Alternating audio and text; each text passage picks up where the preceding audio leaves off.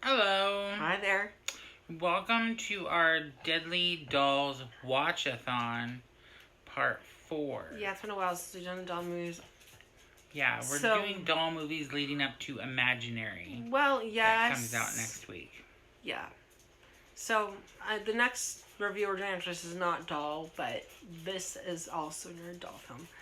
And this is one that I think is criminally underrated. And I just love this movie so much. It's a good movie. Also done by James Wan, worked on this movie as well. Like some of the other horror movies, Megan, Annabelle, The Conjuring, The Nun, all the Conjuring universe, Saw movies, Insidious. Like this is one of the recent modern masterminds of horror in the last 20 years or so.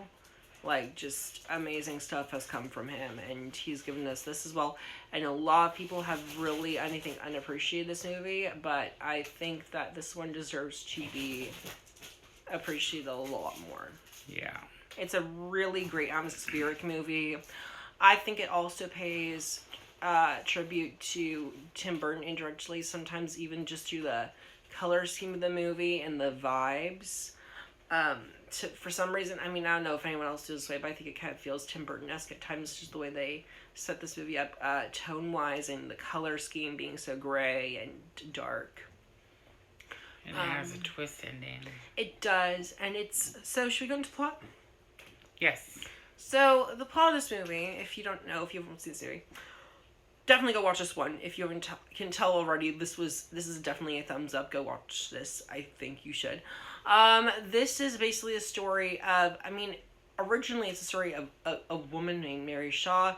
She had no children, only dolls, and she basically had 101 puppets, I believe, or 101 dolls, and she was a ventriloquist and worked with dolls and dummies, and she was kind of a odd and kind of unknown person in the town of, I forget where this takes place. Do you remember? No.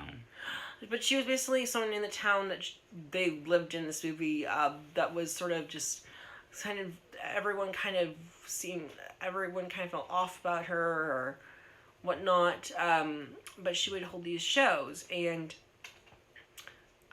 basically she died, wanted to have her dolls be buried with her, and her final request was that she also turned into one of her dolls to basically be made into a doll with doll parts before she was buried. So that's fun. Basically, it's the current day in the movie, and it's this man and his wife. They randomly get this doll at their doorstep. Billy here in the front covered a poster right here. I love this poster. I just think it says everything.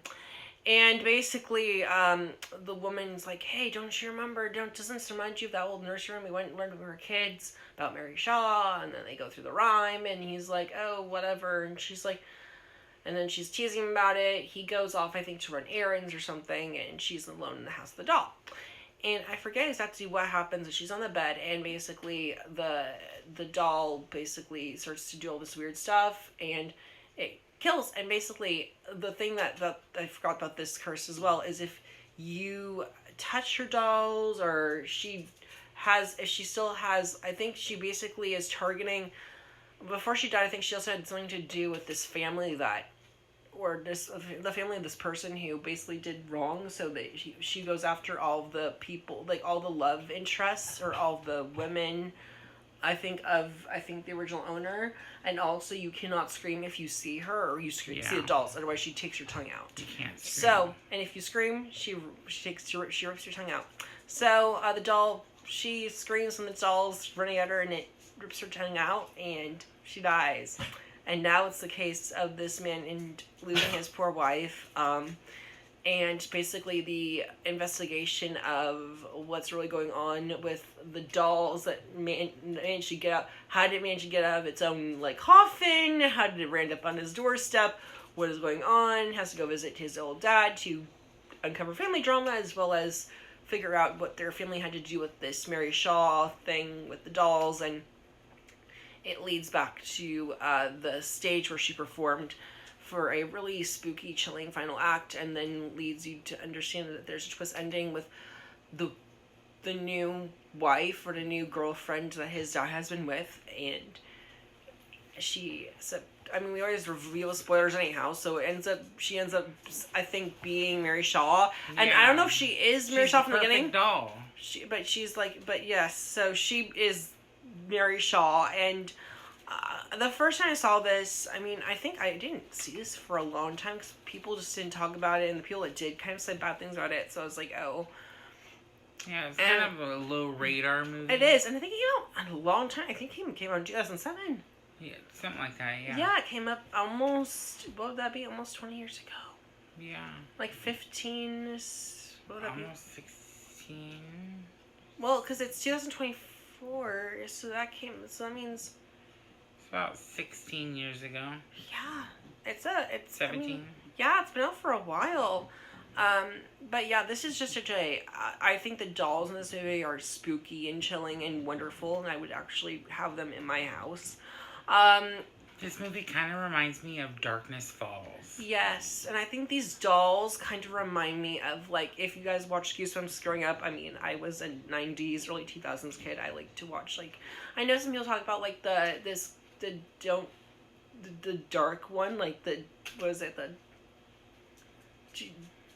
Ghost Stories in the Dark or whatever. Are You Afraid Or of the Afraid Dark? of the Dark. Oh yeah, the Canadian series. Okay, so there's also the Goosebumps Canadian series, if you guys are familiar, based on the books by R.L. Stine, about Night of the Living Dummy, about Slappy the Dummy, and I feel like this doll kind of reminds me of Slappy as well, just in design and whatever, so I thought that was also kind of fun. But I don't know, that's just like a reference I immediately thought when I first watched this movie. But yeah, this is definitely a great movie. Go check this out.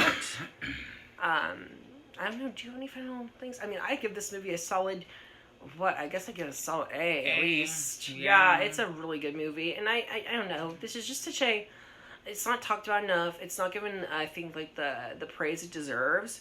So definitely give this movie some love and go check it out if you haven't seen it already. If you do or don't like this movie, please also share your opinions of what you think of this movie in the comments. Please be respectful of each other's opinions if we get into any conversations. But anyhow, that concludes Dead Silence. Yes, check out Dead Silence. And if you haven't seen any James Wan movies, what are you doing if you're a horror fan? Right. Go check his movies out. Check it Saw, out. Conjuring, Dead Silence, etc. Yes. And we've already done Megan review, so we're not gonna do Megan again. So yeah, we're not doing Megan again, but on there. Yes, it is. You can go look into reviews to find that one as well. Yes. And I think hopefully we'll maybe do something about the Saw movies too. Yeah, maybe. We're trying to figure out what we're doing with that right now. Yeah, we'll do something. We'll do something with that later. Anyhow, you know.